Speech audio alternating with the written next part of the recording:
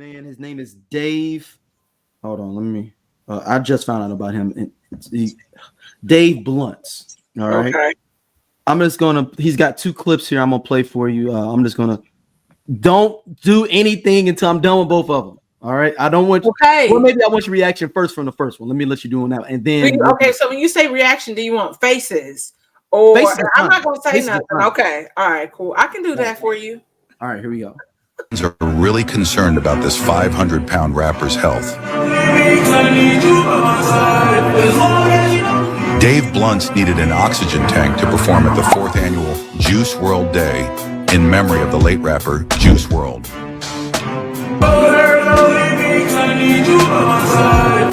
Some people said the hospital bed artist, who is estimated to weigh more than 500 pounds, needed encouragement from the people around him to take better care of himself.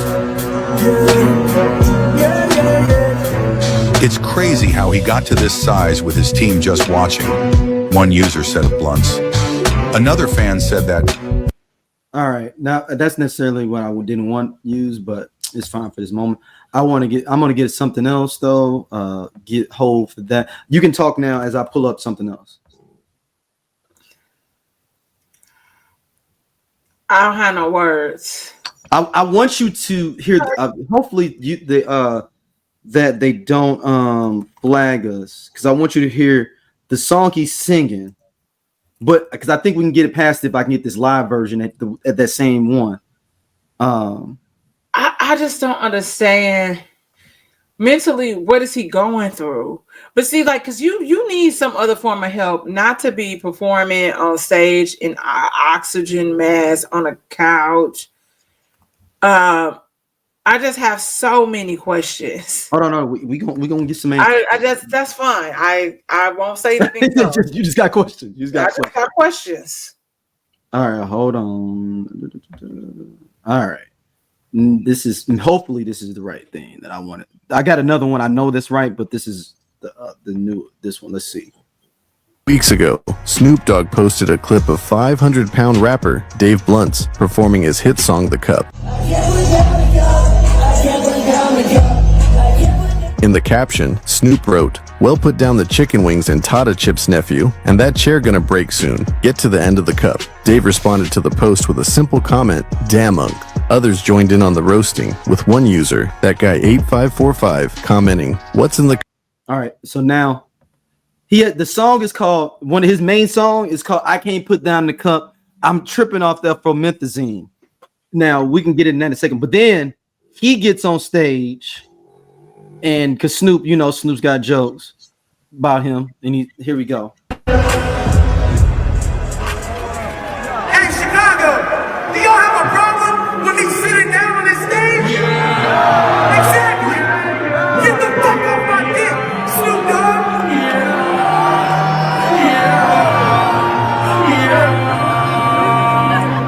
I bought her a chain, I bought her a bag, I made her everything. The only thing that I didn't buy her is a new wedding ring. I told her the promise always stay true and never to fuck the team. I know she probably think I'm crazy cause I'm always saying that. But my ex, she did me dirty once I got my heart attached. And I'm steady about the sins cause they help me to relax. As long as you don't leave me, then I'll probably be alright. Is that supposed to be his girlfriend? Yeah. All right. So it's so much going. So okay. Let me get your initial thoughts. Go ahead.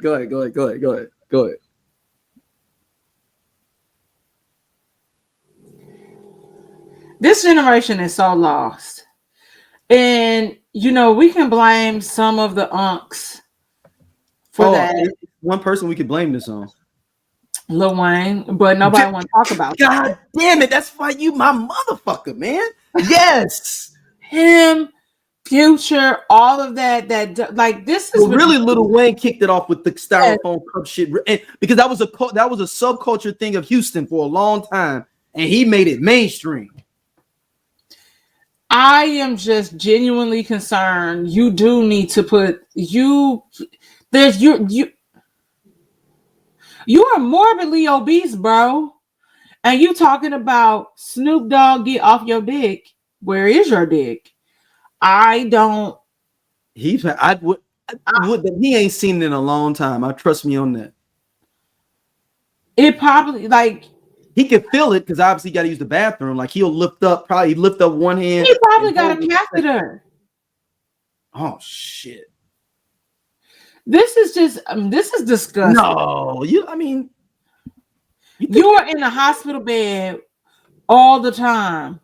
You can't stand up on stage. You got to sit on a couch with an oxygen tank. So that means that your organs, like your regular body, is not getting enough air to your organs where you have oxygen coming in from a machine. Nigga, what? This is crazy. I can't even believe we're talking about this. Like this is because it and I'm going to give you some more background on him. Okay, what city do you think he's rapping out of? There we go. That's where let's start from. He said Chicago. No. He's performing at Juice WRLD's right, which was in Chicago. He was in Chicago. He's not from Chicago. How he get there? What do you mean how he get there?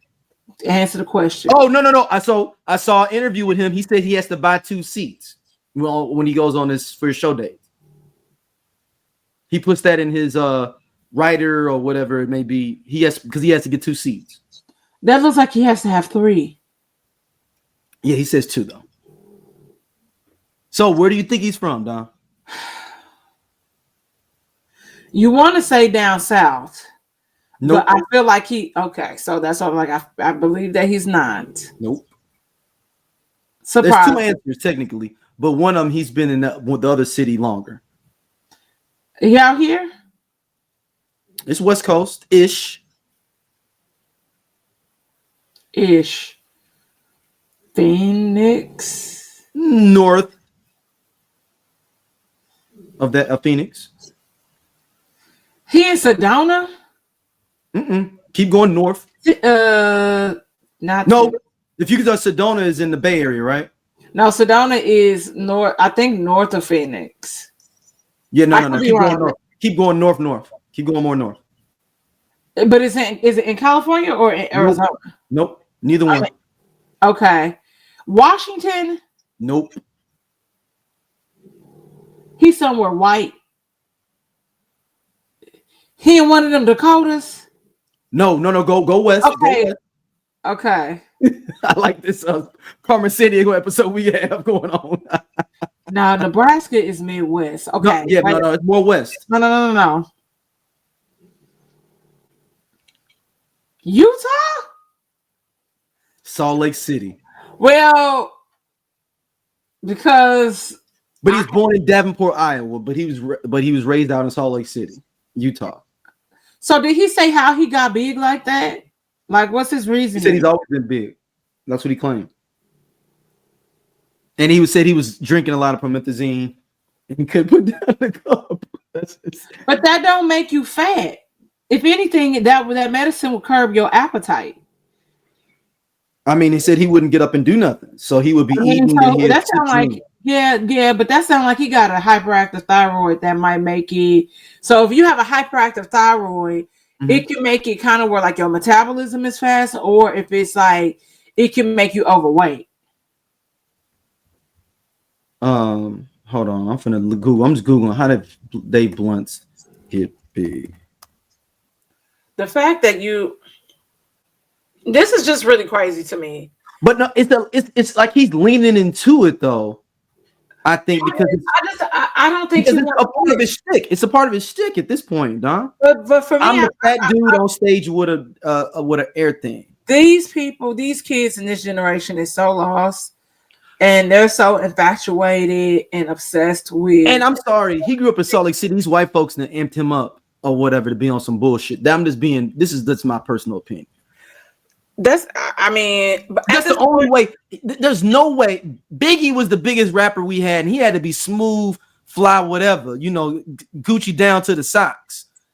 And this dude just jumps out. It's only somewhere in Salt Lake City you could jump off of and be on some internet shit and blow up. With black some of those and ugly as ever. but some of these emo rappers, not emo. But that's what I'm saying. Like, I think the thing that's alarming about all of this is, how people are standing by and just allowing him to be like this and just like, well, that's what he want to do. I get that, but it's also like, nigga, do you want to live? But also that brings me to this statement about, people just ultimately just being, I know mental health and mental illness and all that stuff is a really big thing and it is real. But I'm like, nigga, you like you, it's just like your body is not functioning properly. Like, you in the hospital, like these niggas, the doctors are not giving you Ozempic. Like, I don't even know if Ozempic will work for that. Because he supposedly pops Xans, opioids too. They saying, but that's what I'm saying. Like, these kids are so fascinated with death, and I'm like, and who else I'm blaming it on? Wayne. Because before we respected the dealers, now when he came around, we start respecting the fiends. He started this shit, man. And no disrespect to, rest in peace to the brother Juice WRLD. He was a part of that shit too. Yeah, but wasn't Juice WRLD thing like they got stopped and he popped all of them Xans or whatever and then OD'd? Yes. Yeah, but he was already he had OD'd already before that on his own recreation. Yeah, but then ultimately what took him out was that plane got stopped, and so he didn't know what to do with the drugs, and he ate them all. Yeah, y'all gotta do better. Like, that's why our generation was just so interesting. Being able to touch fucking grass. Y'all gotta go touch grass, man. Touch some sand, some water. Get grounded. Find something that you like to do and do it. It can't just be, social media and resting in that. And I know it's hard. Like, I know it's like, because some people really have a chemical imbalance. But man, child. Ooh, child. Yeah. It just made me think of my 600-pound life. And that's maybe what he'd want to be on. And you know what? I mean, maybe it's a thing of, every generation to an extent has, their trauma and everything, but it's this pill popping and like these, it was I remember when I first heard about acid, that was some weird shit to me. You know what I'm saying? Like there were drugs that as a black person that and it's probably for some other cultures as well, not just black people, just white, whoever, but just certain cultures when it came to drugs, where we just were like, that's some different shit. Like, I just do weed. Like the idea of shrooms, and I know a lot. I mean, people strip shrooms, do all this stuff. That's fine. But I'm talking about, like, there was certain drugs, LSD and stuff. Like, you like, man, I don't even know where to get an LSD from. Like, I don't even where do I get that to go do? Like, there are certain drugs, like you knew where crack was and cocaine, heroin, but there was these other ones, these Xanax and these popping these pills. That's some different shit, and it's like. And maybe, you know what? Maybe I need to blame the government too, because a lot of them, this over amount of pills being produced in this country has leaned to the availability of people being able to get these on street levels too. Yeah. So I didn't call myself back around to the government. So being responsible. Yeah, I mean, a lot of stuff goes back to them, but. That fool said, I can't put down the cup.